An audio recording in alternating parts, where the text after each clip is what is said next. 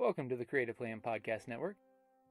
Join us as we share our favorite RPGs, one-shot games, tabletop games, reviews of items, and convention panels, and other exciting things that we run into from time to time. Sit back and enjoy the show.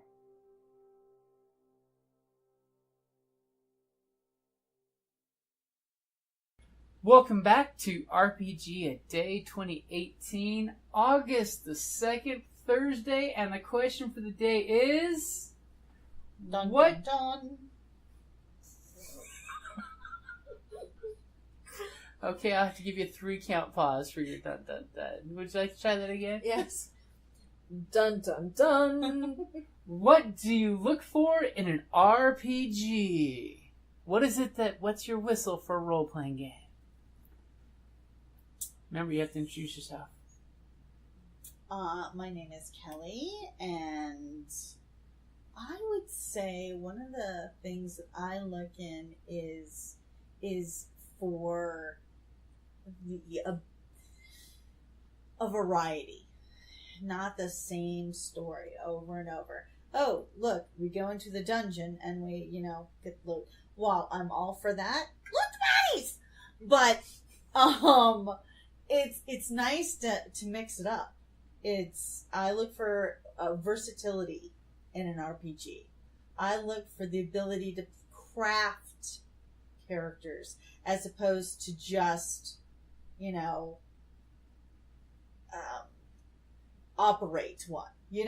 I want to play that character, and I want the versatility to have different types of characters. So I think versatility is one of the biggest things for me.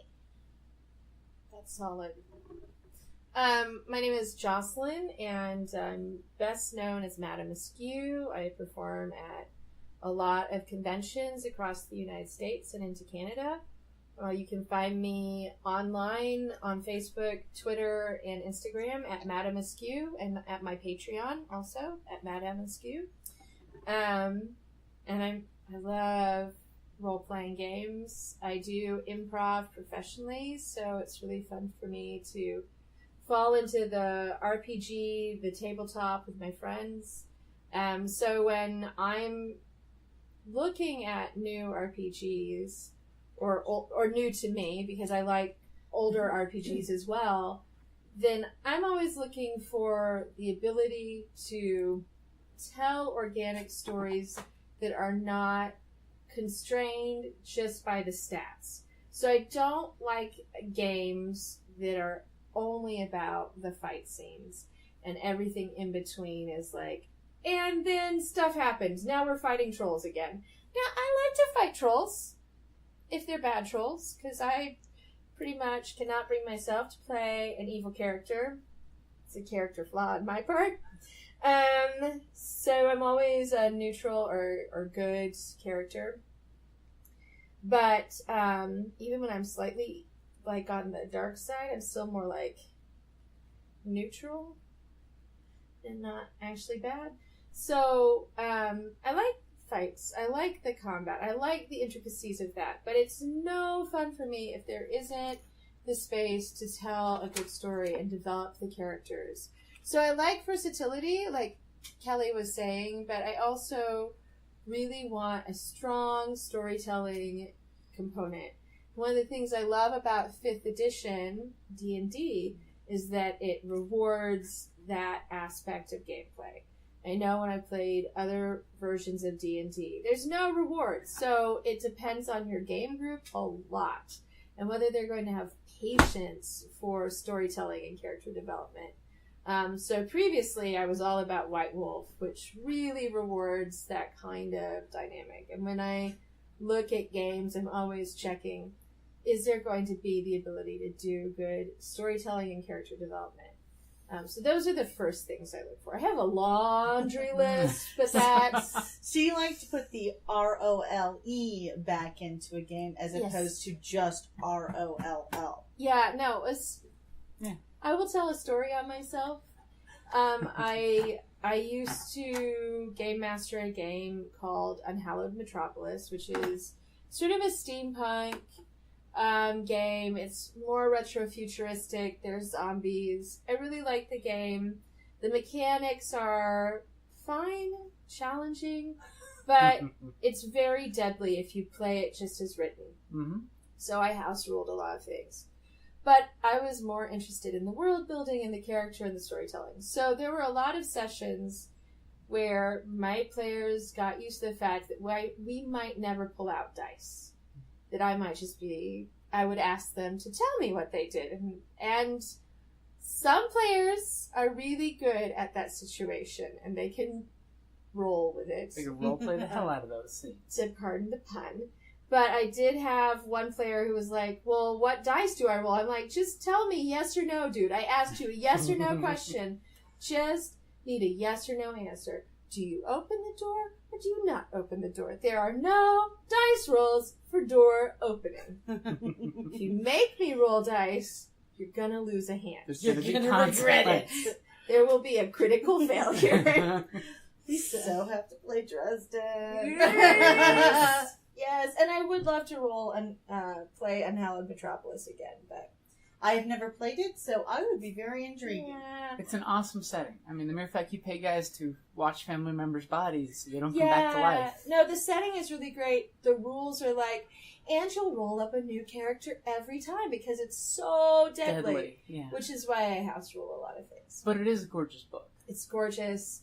I have both the original and the expanded additional content because I'm a big fan of that setting. So for me, I'm going to limit myself to two things. Okay. So what do I look for in an RPG is, one, a great theme. What is the theme of the role-playing game? Because every role-playing game's got to have a theme. Like, Yeah, you know, like fantasy, Star Wars. yeah, like Edge of Empire, you're going to be that Magic. Firefly scum and villainy group. Yes. You know, Force and Destiny, we're getting Jedis and Sith.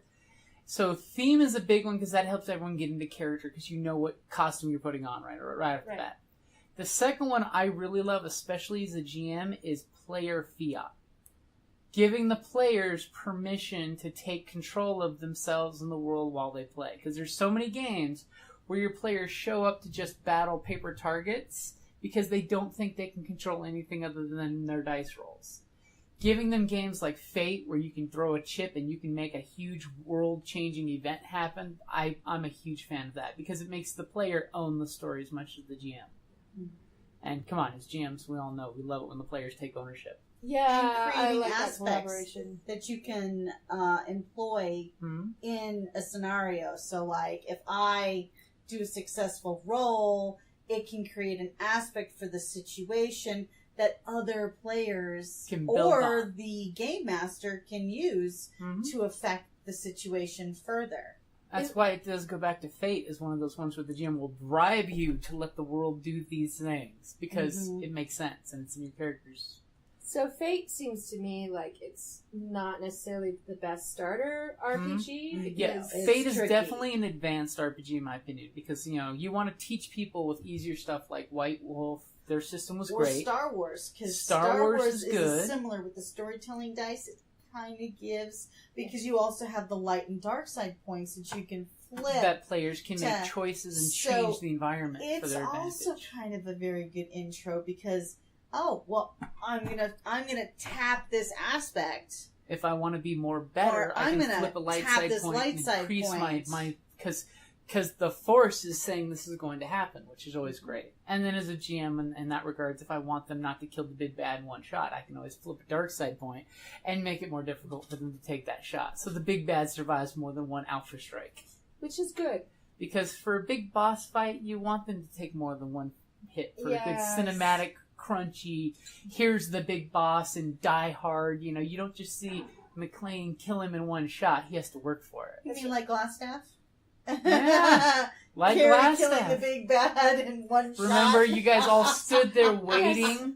We're like arguing, and she just goes in and shoots a guy with natural 20. Boom, guy's dead. That was like, it was funny, but it was absolutely deflating because you do want those big bosses to have that weight of challenge to them. And on the starter set, when we played that game, it would have been horrible if I did the same thing you guys did, holding action, because it would have been that scene from American Gods when the Viking walks up on the beach and the wall of arrows hits him and he just dies. Oh my god. Because that's what happened to Glassstaff. That is a great... No. That's a great scene in American Gods. And also that is what happened to Glassstaff. As I've quoted that GIF on Facebook, that when you see that GIF, I'm like, that's why holding action sucks in role-playing games. Yes. Because both sides, would you like an army of goblins holding their action to fire arrows? No. Like a goblin can hold its action. You never know. It can. No, most aren't that patient. No, most GMs love their players enough not to kill them instantly by doing True. it. Thank you, GMs. Because a goblin can like naturally those take GMs. their shot, they have that free hide like a rogue, and then they can take the shot with advantage the next turn and you all die. No, instead they just send imps after them. Well, there is that. So that's what I love about RPGs is you know, when I'm looking for an RPG, I want to make sure it's got a good theme and the players have control over a little more than just what they're rolling on the dice. That's awesome. Alrighty, guys. Thank you for listening. Make sure to share on hashtag RPG2018. I almost said 16. I don't know why, but 2018. And make sure you comment, share what you like, share what you don't like. You know, hey, what is it that you look for in an RPG besides a really cool cover? Many of us have fallen for that trick. And then you open it and you go, this is unplayable. Yes. All GMs... read reviews, watch other people play, real plays on podcasts. Find out before you buy the RPG. It's not 1995 anymore. We have the internet. There are YouTube videos of games. It's great. But if you do fall into it and you wind up getting one that just is unplayable, note that you have the ability to change it for the better. Make That's your true. own rule. And as a GM, you can follow the serial numbers off that shit and steal it for other RPGs. That's also true. Solid. Alrighty, guys. Thank you for listening. Is Kelly up for one more? Yeah. Okay. And Kate. Hi, this is Kelly, aka Trixie from Ragnarok and Roll, a Scion to Ragnarok story, and Tilda Wimblewick from D&D Journey of the 5th Edition. First off, I would just like to say thank you to everyone for listening to our varied adventures, as well as for rating us on iTunes and RPGpodcast.com. If you haven't rated us yet, we would greatly appreciate it if you could. And if you're looking for more ways to support our efforts, we are now on Patreon, a great site where you can help us continue making more podcasts, as well as some special surprises for our patrons. If you can, please look us up at www.patreon.com/cppn. Every little bit helps. And again, thank you for listening.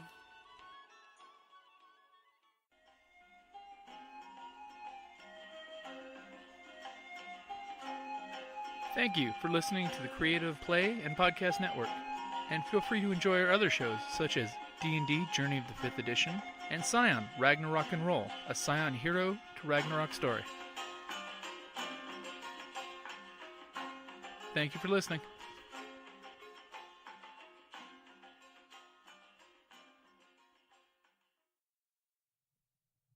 Ravensdale Publishing presents Villains and Henchmen. Hello, Ravensdale Publishing fans, new and old. Ben and Sarah here, and we're excited to welcome you to the Villains and Henchmen Kickstarter campaign. Have you ever wanted to be a villain? Do you dream of harnessing the power of a storm? Or flexing superpowered muscles? Or bending reality to your whim? These powers and more are within your grasp in Villains and Henchmen. In this cooperative game for 1 to 4 players, you must break a fellow villain out of maximum security prison. Along the way, you'll defeat meddling heroes, overcome troublesome obstacles, and plow through unsuspecting guards. Of course, the good guys aren't just going to sit around while you waltz in and grab your villainous buddy. Over a dozen different event cards spur heroic responses and maintain the pulse-pounding action. No matter which prison you're attacking, or which heroes are in your way, scheming to have the right powers for the job is a must. You may have to shapeshift into a stronger form, phase through a steel door, or protect the team with a well-timed force field. There is no single path to success. Adaptability and teamwork are critical to victory. But remember, you are playing bad guys. If the prison is defeated, one of you will claim bragging rights as a true villain, relegating the others to mere henchmen. For only $40, you can swipe a copy of this game, plus all 3 stretch goals, unlocked during the campaign.